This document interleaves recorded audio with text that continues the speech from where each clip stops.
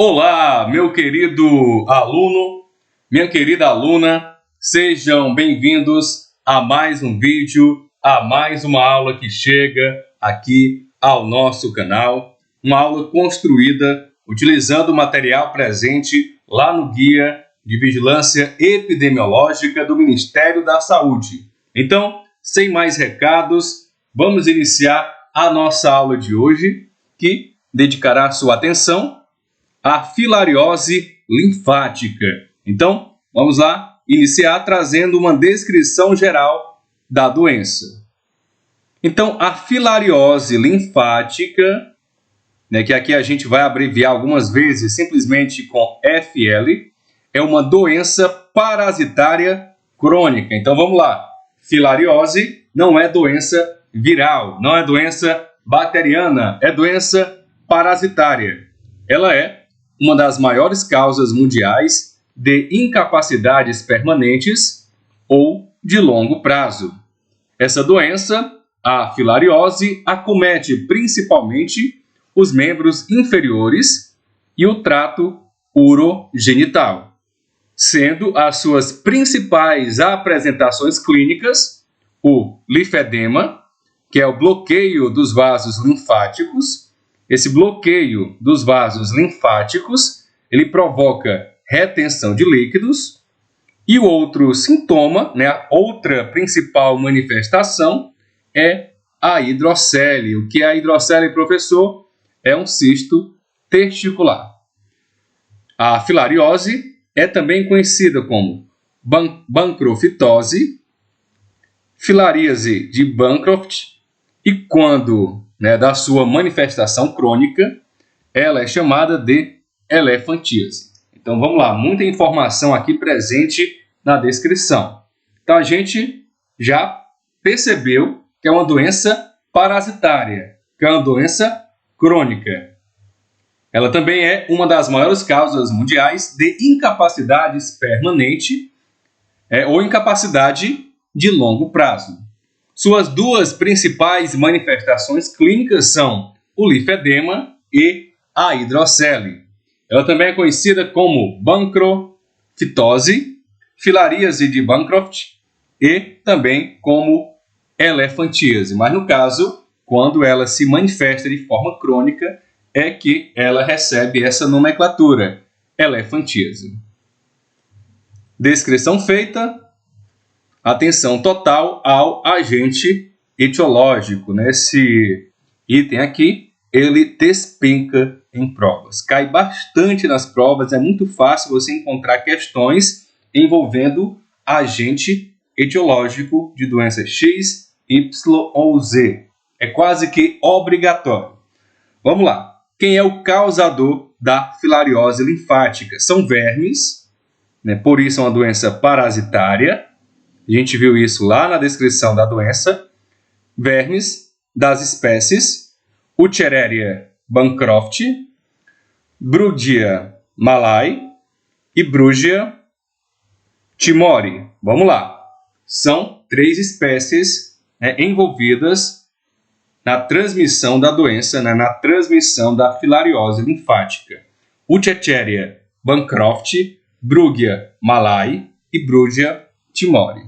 Nas Américas e na África, apenas a espécie Wuchereria bancroft causa a filariose linfática. Então, só o que vai nos interessar aqui, o verme causador da filariose linfática no Brasil, nas Américas e na África, é a espécie Wuchereria bancroft, que a gente não vai confundir e vai lembrar que se trata de um verme. Não é bactéria, não é vírus, é verme. Os vermes adultos medem em torno de 4 centímetros. Isso quando a gente se refere aos machos da espécie. E as fêmeas chegam até 10 centímetros. E vivem nos vasos linfáticos dos indivíduos infectados. Então é importante sim você tentar memorizar, internalizar de alguma forma essa nomenclatura e também esses detalhes específicos sobre o tamanho dos vermes, porque onde tem número, possivelmente também tem questão de prova. Então, vamos lá. Respirar. Descrição, agente etiológico, informações apresentadas, espero que entendidas por você. Vamos lá continuar nossa jornada para conhecer de fato essa doença e já sair dessa aula prontinha para resolver questões. Agora a gente fala do reservatório da filariose. O único reservatório, olha aí, o único reservatório do parasita é o ser humano, que apresenta microfilárias no sangue. Pacientes com formas crônicas avançadas da doença, incluindo elefantíase, vivendo em área de alta transmissibilidade, raramente apresentam microfilaремia. Então, informação super importante, pode cair como item, né? A banca tentar confundir você. Item 1, em relação à filariose. Item 1, o único reservatório do parasita é o ser humano. Aí você pensa, né?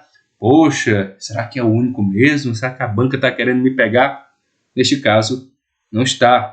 É informação verídica. Desse modo, vamos lá, a maioria das formas crônicas, os indivíduos são microfilarêmicos. Portanto, eles não transmitem o parasito filarial. Ok? Vamos lá.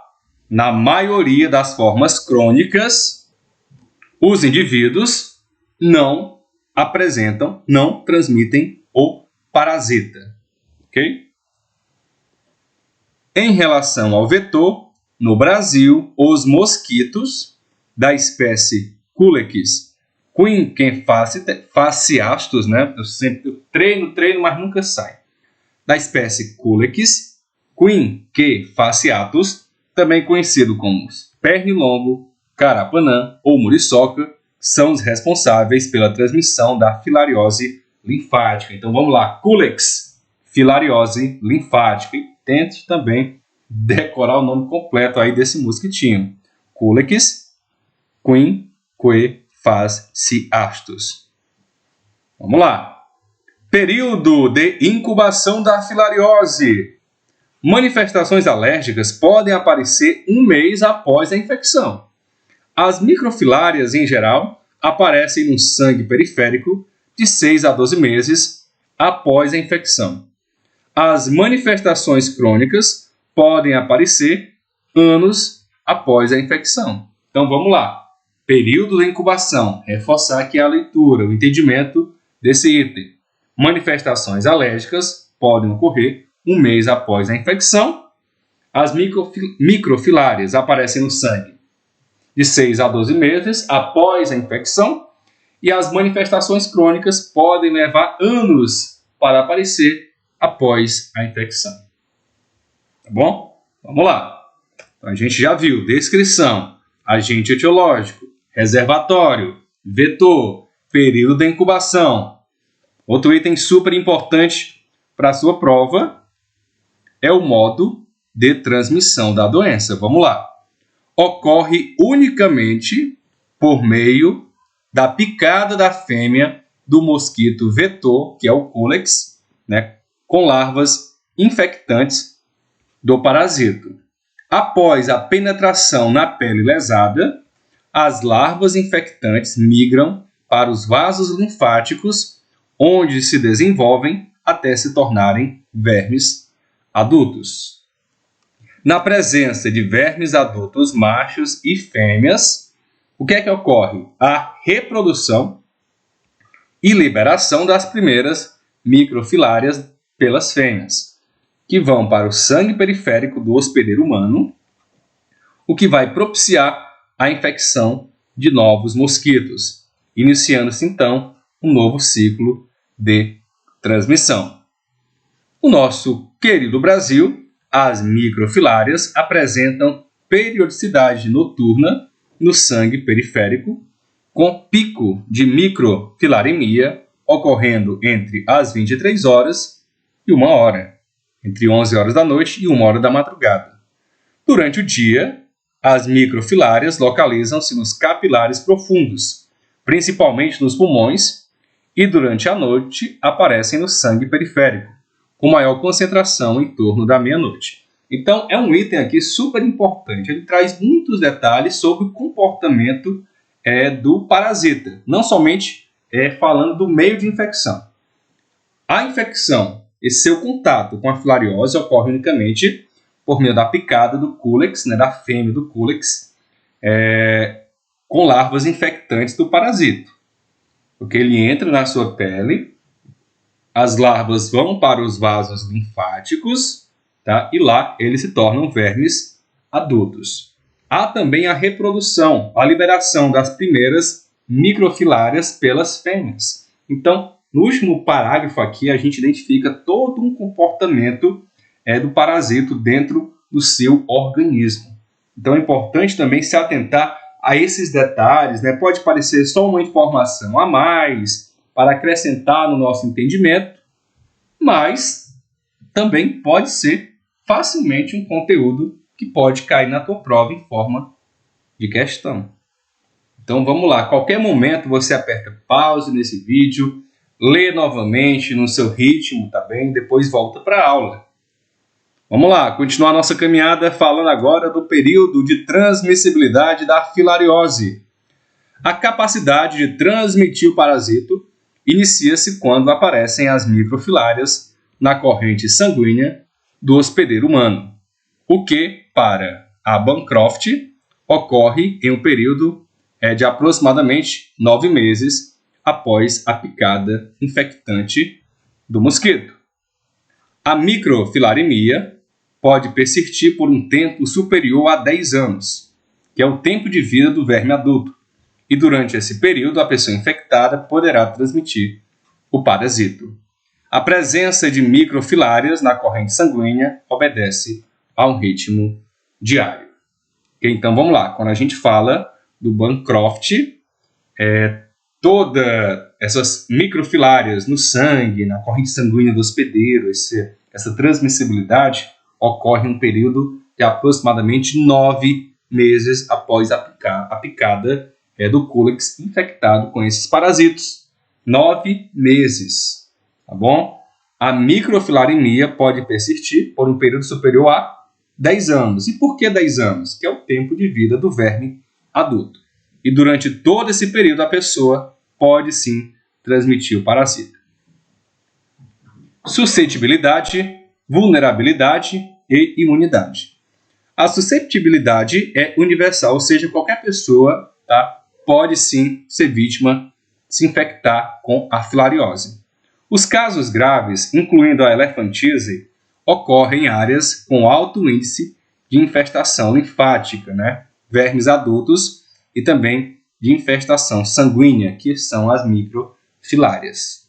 Então, isso é o que a gente pode falar, que encontra lá no manual do Ministério da Saúde sobre o período de transmissibilidade, suscetibilidade, vulnerabilidade e imunidade em relação à filariose linfática. Ah, professor, pouquíssimo tempo para estudar. Vamos lá, aproveite cada momento, cada brechinha de descanso, aquelas distrações que você muitas vezes está descendo feed no Instagram, assistindo vídeo no Kawaii, no TikTok, jogando conversa à toa nos grupos do WhatsApp. Esse tempo pode ser utilizado para você estudar. Tudo é questão de organização, dedicação e colocar aí na sua cabecinha a importância do seu estudo para a tua classificação, ok? Agora a gente traz a simatologia, as manifestações clínicas da filariose. Então, na filariose, há um período pré-patente entre a penetração da larva infectante, né, no hospedeiro e o aparecimento de microfilárias na corrente sanguínea, que é, em geral, assintomático. Então, esse período está entre a penetração da larva no seu organismo, no organismo da pessoa infectada, até o aparecimento das microfilárias, né, que é o chamado período pré-patente. Esse período é assintomático. Segue-se, então, um período patente assintomático. O indivíduo que apresenta microfilárias circulantes, na sua grande maioria, olha aí, não apresenta simatologia clínica. Pode haver, entretanto, doença subclínica com comprometimento dos vasos linfáticos. Então é importante também, né, a gente ver, poxa, a grande maioria não apresenta sintomatologia da filariose, né, nessas etapas aqui, né, mas como a filariose, né, como as microfilárias já estão na corrente sanguínea, né, ele é um reservatório e se o cúlix vai e pica ele, pica outra pessoa, essa pessoa estará exposta também a contrair a filariose. Então a gente falou aqui do período pré-patente, não é isso? Agora o período agudo, ele se caracteriza pelo aparecimento de fenômenos inflamatórios, entre os quais temos o linfedema, a orquite e a epididimite. Finalmente, pode haver a cronificação da doença, que ocorre em pequena proporção dos casos, de 1 a 20%. Nessa fase, predominam os fenômenos obstrutivos temporários, com a morte dos vermes adultos, que podem conduzir ao linfedema, à hidrocele e a outras formas deformantes e incapacitantes. A evolução para elefantíase está associada a infecções secundárias bacterianas ou fúngicas. Então, informações aqui relevantes, sim, só que informações tranquilas, de fácil entendimento.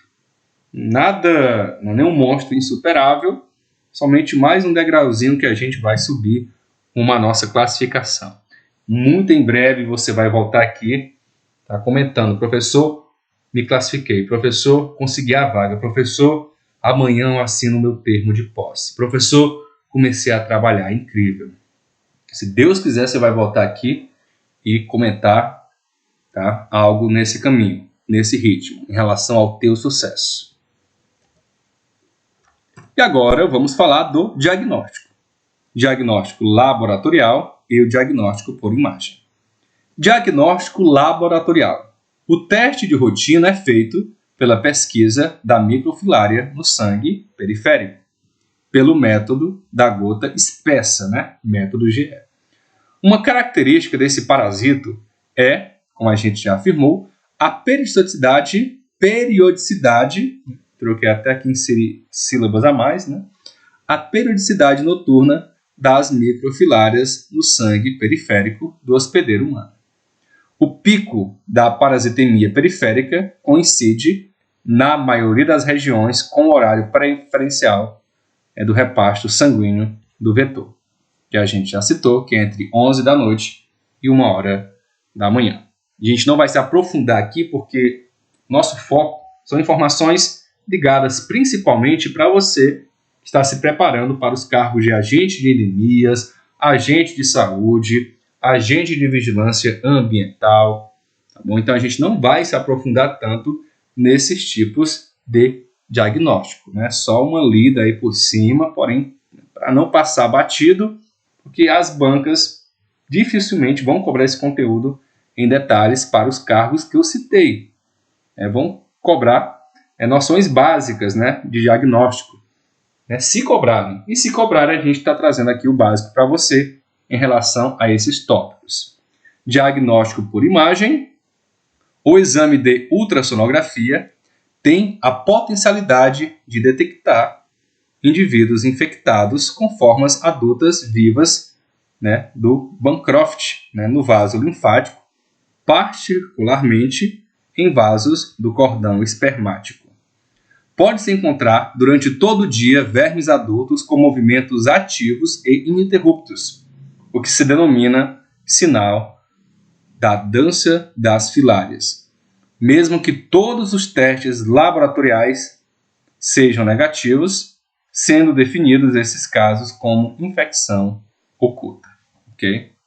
Então temos aqui um resumo do diagnóstico laboratorial e o diagnóstico por imagem da filariose linfática. E qual o tratamento, professor, da filariose linfática? Vamos lá, também não vamos nos aprofundar tanto, mas vamos trazer informações básicas, porém essenciais para a gente entender o contexto aí desse tratamento.